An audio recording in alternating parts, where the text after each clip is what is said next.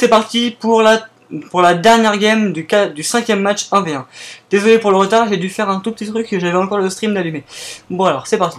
Donc nous avons en haut à droite Furien en terrain rouge et encore plus haut à droite BHJ en terrain de zerg, oui, en zerg vert. Voilà. Donc nous sommes sur Metalopolis. Chéribald, décris-nous Metalopolis. Bah, c'est une map qui avantage la fast expand, de la plupart des races en fait. Tout le monde peut prendre. Oui, vas-y. Qui favorise la fast expand de la plupart des races. Les ergs ont réellement. Ne te laisse pas déstabiliser. Ont même la possibilité de faire une fast expand en hatch first. Donc c'est réellement une map très très axée. C'est la map quasiment la plus axée équilibrée du jeu. Parce que les terrains peuvent faire des drops, les protos ont suffisamment de montagnes pour pouvoir mettre des colosses et des petits couloirs ou même des grands couloirs. En fait, c'est une map assez étrange sur certains principes car les couloirs sont assez larges, mais pas extrêmement larges. En fait, on peut mettre avec 4 colosses, on peut faire un trait de lumière qui va réellement près la première ligne de Zergling ou la première ligne de Rouge. Oui, c'est ça. Très équilibré et très souvent utilisé dans les championnats avec ces deux Gold et ces deux Xenlaga qui sont toujours surveillés par les Xenlaga. Et d'ailleurs, BAJ te donne raison avec une hatch first. Ah. Donc, pour revenir sur le principe de la fast expand, je veux aussi juste dire un truc, c'est qu'il existe des cross-positions, ici et ici, ou alors ici et ici, où les distances sont vraiment assez rapides. Et donc c'est pour ça que la version ESL de la map fait que tu ne peux pas, en gros, arriver en cross-position. Sauf que là, tu n'a pas choisi la cross-position, donc ils ont de la chance. On a pu voir que BHJ avait le réflexe de scouter son dominant directement dans la position aérienne. Donc on voit, le dominant a su tout de suite, donc il a su tout de suite qu'il était Furien. C'est pour ça qu'il a su qu'il était pas super proche. Donc il a décidé de poser Hatch first, et puis il se dit que Furien sera pas forcément très agressif. Le bassin génétique qui est aussi posé depuis longtemps, hein, heureusement.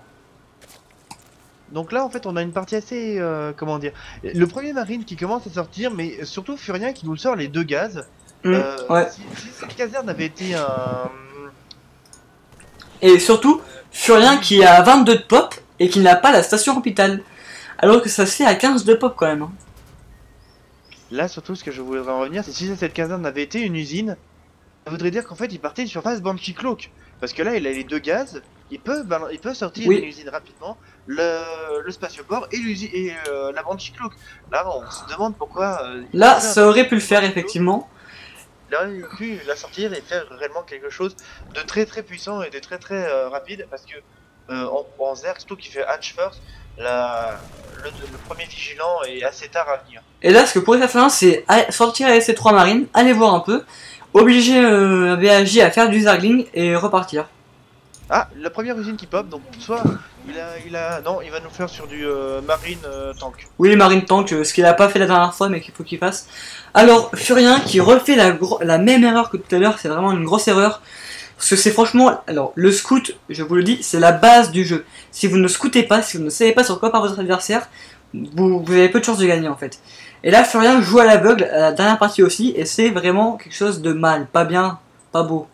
Bon, la partie d'avant, il avait quand même un peu le stream derrière, mais ça on va pas trop en parler, parce que c'était un oubli de sa part. Mais ou pas. Là, c'est juste la position du Zerg, c'est tout. Et on a un petit spoiler rampant justement pour éviter les Banshees, donc heureusement qu'il a pas fait de Banshee. Hein. Je pense en fait, il a peut-être pas dû nous entendre nous, mais surtout il a dû voir avec son dominant le double gaz depuis des heures, oui. Et il doit se dire ah mon dieu, il doit y avoir une Banshee. Et en fait non. Parce que là, Furien accumule le gaz, il est à 500 de gaz. Hein. Oui, sinon il nous fait tant que mettre siège. Pendant 5 secondes, vu que j'avais vu le... Alors, je veux juste signaler aussi un truc, c'est que derrière chaque base, dans les coins de chaque base, il y a des petits endroits avec des écrans de fumée, qui en fait fait que les gens n'ont pas la vision. Donc il faut absolument placer un supply, un pylône ou un dominant ici pour voir que votre adversaire ne nous fait pas un drop, ou même un petit cheese, genre photon rush, ouais, un petit photon rush au début, voilà. Ou je trouvais que j'avais mieux adoré, ça avait été la petite baraque Terran là derrière, et là tu peux rage quit, là tu fais des c'est quoi ce mouvement de noob? Et là, tu te Eh casses. oui, c'est tellement bien les cheese.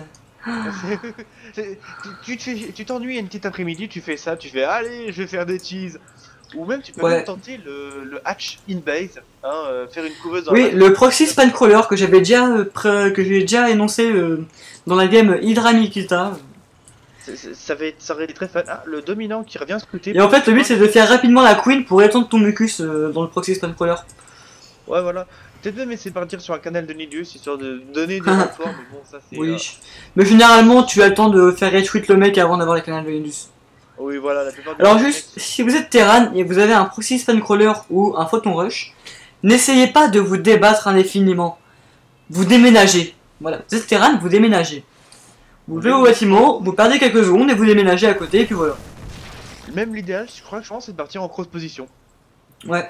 Donc commencer à partir sur l'expand à côté et remonter comme ça, comme une fourmi, jusqu'à l'expand naturel qui est à l'autre bout. Donc, l'autre bout, pas forcément, ça fait pas beaucoup de temps quand même. Il y a un dominant qui s'est fait tuer, Furien qui pose B2 beaucoup plus rapidement qu'avant, même si la B2 a été posée depuis longtemps pour BAJ, s'il a fait hatch first. BAJ qui a lancé sa troisième hatch, et BAJ qui a lancé aussi sa spire, donc il part à peu près sur le... BAJ repart sur le même build order. Qu'on ne va pas citer pour éviter... Non, en fait là, il aurait fallu éviter de spoiler la game d'avant, mais bon. Qu'est-ce que je Bah, généralement, la game d'avant, si les gens sont pas trop... S'ils suivent l'ordre chronologique... Et vous, idiot, est-ce que vous avez regardé cette game en premier ou la game d'avant? Parce que, encore que tu regardes pas les matchs différents en même temps, enfin, en même temps, c'est pas possible, ouais. Mais dans l'ordre chronologique, ok, mais quand tu regardes un match, c'est quand même mieux de regarder les games dans l'ordre. Après, les matchs, y a pas vraiment d'ordre, mais voilà quoi. Je pense qu'il y a des queens qui se font ulter à côté des tumeurs muqueuses. La Xelnaga qui est prise pour BAJ, hein, d'ailleurs. Et donc le Fura qui nous fait du temps comme mode siège, qui solidifie sa base. Là, il y a un zone qui est pas passé en mode siège, qui mériterait d'être ici, je pense. Et qui va poser B2. Comme on l'a signalé assez souvent, les IAC, les VA, ont tendance à prendre un map contrôle assez indécent et assez rapide que nous, membres de la LW, ne prenons pas. Mais tout ça s'explique simplement parce qu'ils savent mieux jouer que nous, en fait, voilà. Et surtout là, l'expand qui lentement voltige au-dessus d'un Zergling. Zergling un peu malicieux, Zergling... Ah oui, effectivement, un Zergling qui est très content parce qu'il empêche de poser l'expand, et Furien ne l'a pas vu. Voilà. Surtout, tu t'imagines la vie du Zergling, tu sais, il y a une énorme ombre au-dessus qui doit en train de danser. Mais alors là, moi, je trouve que... Moi, je trouve quand même que ce jeu n'est pas réaliste. S'il devrait vraiment être réaliste, les bâtiments Terran devraient pouvoir écraser les unités ennemies. C'est vrai que ce serait fun, hein. Je vois donc bien un rush bâtiment dans les VCS ennemis, tu vois. Qu'est-ce que foutent les VCS là tous ensemble en train de faire un petit jogging là? Bah là en fait c'est simple, ils étaient partis sur la B2 mais la B2 n'a pas pu être posée donc du coup voilà. C'est ballot. Là, je crois qu'il pourrait essayer de faire Furien, peut-être essayer de poser un bunker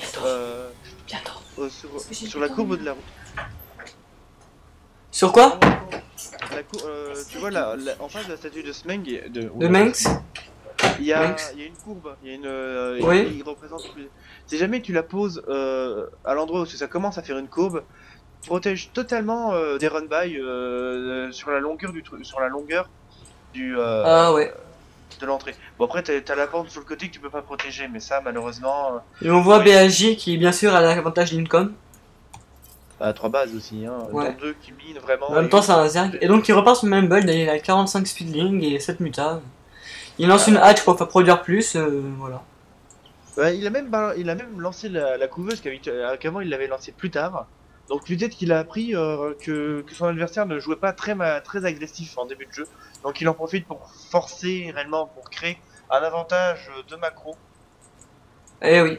Donc on voit que BAJ aussi avance très bien avec cette lueur muqueuse, il avance des deux côtés donc il prend le map control. Effectivement assez indécent. Peut-être que les joueurs qui avaient... Ah et on a un drop pour Furien en fait après de l'écran de fumée, mais drop sur le mucus. Donc BAJ le voit, c'est bête hein. Voilà. Non, justement il le voit pas, attends. Si, non, parce que à partir du moment où tu es sur le mucus, tu es vu. Oui. Regarde le mode de vue de BAJ, il ne voit pas Bon là il y a les mutas qui regardent, mais il voit pas... Ah oui effectivement. Parce qu'en fait c'est la tumeur muqueuse, pas le mucus, pas la matière ouais. par terre. Tu meurs mais que ce qui donne la vision en fait. C'est Mais quelque chose bon, à faire. le drop s'est fait totalement tuer. Hein. Oui, de toute façon, le drop, je le voyais mal finir. Hein. De toute façon, les drops Mm. en terrain, c'est un peu des suicides. Hein. Bah, faut essayer de pas le perdre, mais c'est difficile. Bon, Bah, voilà, c'est il se passe pas grand chose. Hein. c'est pas pour dire, mais en plus, les marines, c'est des mecs shootés au stimulant, donc c'est des gros Ouais, ouais. junkies, qu'on envoie buter des machins qui volent au-dessus du clip. Donc, on le fait marcher dans la merde, shooter sous l'héroïne, tuer des trucs qui volent. Je me demande si jamais c'est pas un jeu créé par des mecs qui ont un peu fumé quand même, hein, parce que... Ah bah, je pense que... Déjà, as-tu vu les répliques cachées des personnages? Quand tu cliques, oui, quand tu cliques beaucoup de fois sur chaque unité, elles ont chacune leur propre réplique cachée. Tu verras, c'est assez croustillant pour certaines. C'est croustillant. Faudrait que je remette le son pour pouvoir savoir ça. Mais là, y a pas, tu peux pas les voir. Bon, bien sûr, pas chez les ergs, vu que chez les ergs, c'est des... Enfin, c'est des espèces de trucs d'animaux, donc voilà.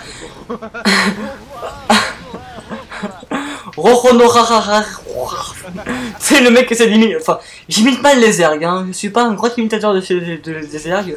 Et c'est le GG Profin qui s'avoue vaincu après très peu de temps de game. Et juste, on te quitte sur une pop de 46 de pop pour faire rien contre 173 pour BHJ. Au revoir. Voilà. Ça vous fera un petit exercice de maths pour calculer combien de fois BHJ a-t-il plus de pop que Furien. Allez, au revoir. Au revoir.